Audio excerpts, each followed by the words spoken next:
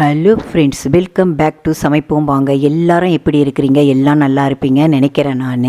Friends, இன்றைக்கி ஈஸியான, டேஸ்டியான, சாஃப்டான இஸ்கான் கோயில் கிச்சடி எப்படி செய்யறதுன்னு பார்க்கலாம். இது அவ்வளோ டேஸ்ட்டாக இருக்கும். ரொம்ப சிம்பிளாகவும் நம்ம செய்யலாம்.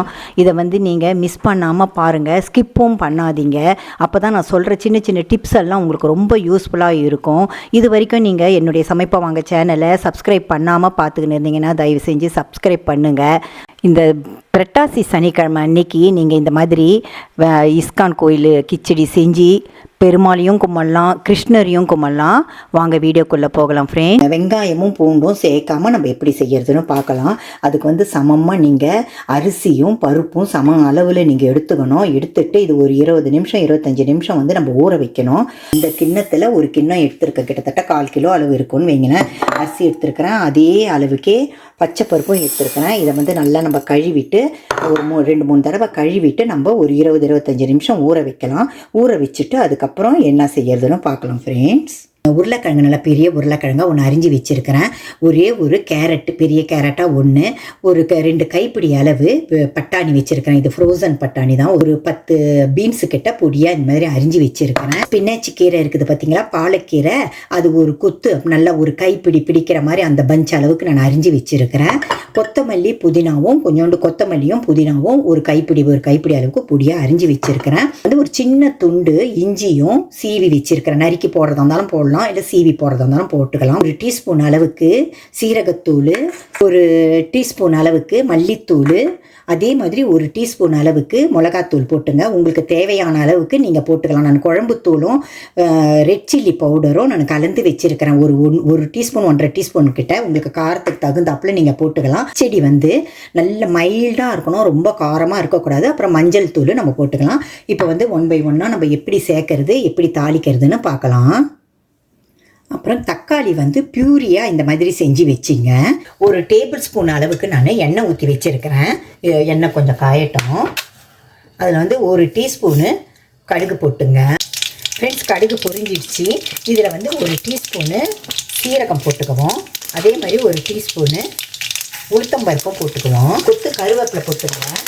பெருங்காயம் தூள் ஒரு டீஸ்பூனு 1.5 டீஸ்பூன் பெருங்காயத்தூள் போட்டுங்க. 1/4 டீஸ்பூன் கிட்ட மஞ்சள் பொடி போட்டுங்க. கிரேட் பண்ணி வச்சுருக்கோம் பார்த்தீங்களா இஞ்சி, அதையும் இதிலே போட்டுக்கலாம். நல்லா வதங்கின பிறகு அரைச்சி வச்சுருக்க பார்த்தீங்களா இது தக்காளி பியூரி, அதை இதில் போட்டுக்கலாம். தாளிப்புலேயே மிளகு 4 போட்டிருக்கணும், நான் மறந்து போயிட்டேன். இப்போ ஒரு 10 மிளகு கிட்ட போட்டுங்க. தாளிப்பில் போட்டிருந்தா இன்னும் வாசனையாக இருக்கும். போட்டுட்டு இது கொஞ்சம் நல்லா வதக்கி விட்டுட்டு இதுலேயே எல்லா பவுடரையும் நம்ம கலந்துக்கணும். இப்போ சீரக பவுடர் போட்டேன். ஒரு டீஸ்பூன் தான் எல்லாமே. மல்லித்தூள் போட்டிருக்கிறேன். குழம்புத்தூள் ரெட் சில்லி பவுடரும் இதிலே போட்டிருக்கிறேன். போட்டுட்டு இதையும் கலந்து விடுவோம்.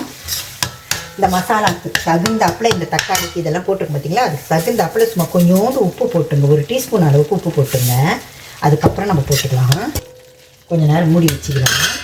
எண்ணெய் பிரிஞ்சு வந்திருக்குது. இதில் நம்ம காய்கறிலாம் சேர்த்துக்கலாம். கேரட்டு சேர்த்துக்கினேன், உருளைக்கிழங்கும் போட்டுக்கலாம், பீன்ஸு, அதே மாதிரி பட்டாணியும் போட்டுக்கலாம்.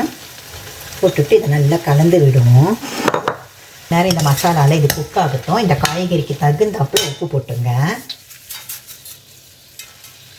ஒரு டீஸ்பூன் அளவுக்கு இப்போ நான் உப்பு போட்டிருக்கேன்.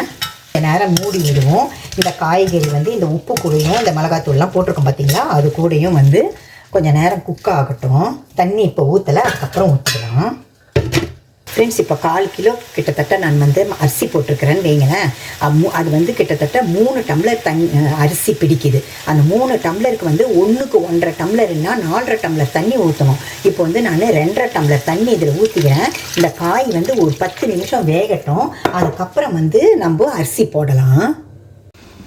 ஃப்ரெண்ட்ஸ், ஒரு டீஸ்பூன் அளவுக்கு நெய் ஊற்றிருக்கிறேன். இதில் ஒரு 2-3 பிரிஞ்சி இலை போட்டுங்க. போட்டுட்டு இதில் ஒரு 2 பச்சை மிளகாய் போட்டுக்கணும். தாளிப்புலேயே போடணும், நான் போடாமல் விட்டுட்டேன். அதனால் இப்போ நான் தனியாக வறுத்துட்டு போடுறேன்.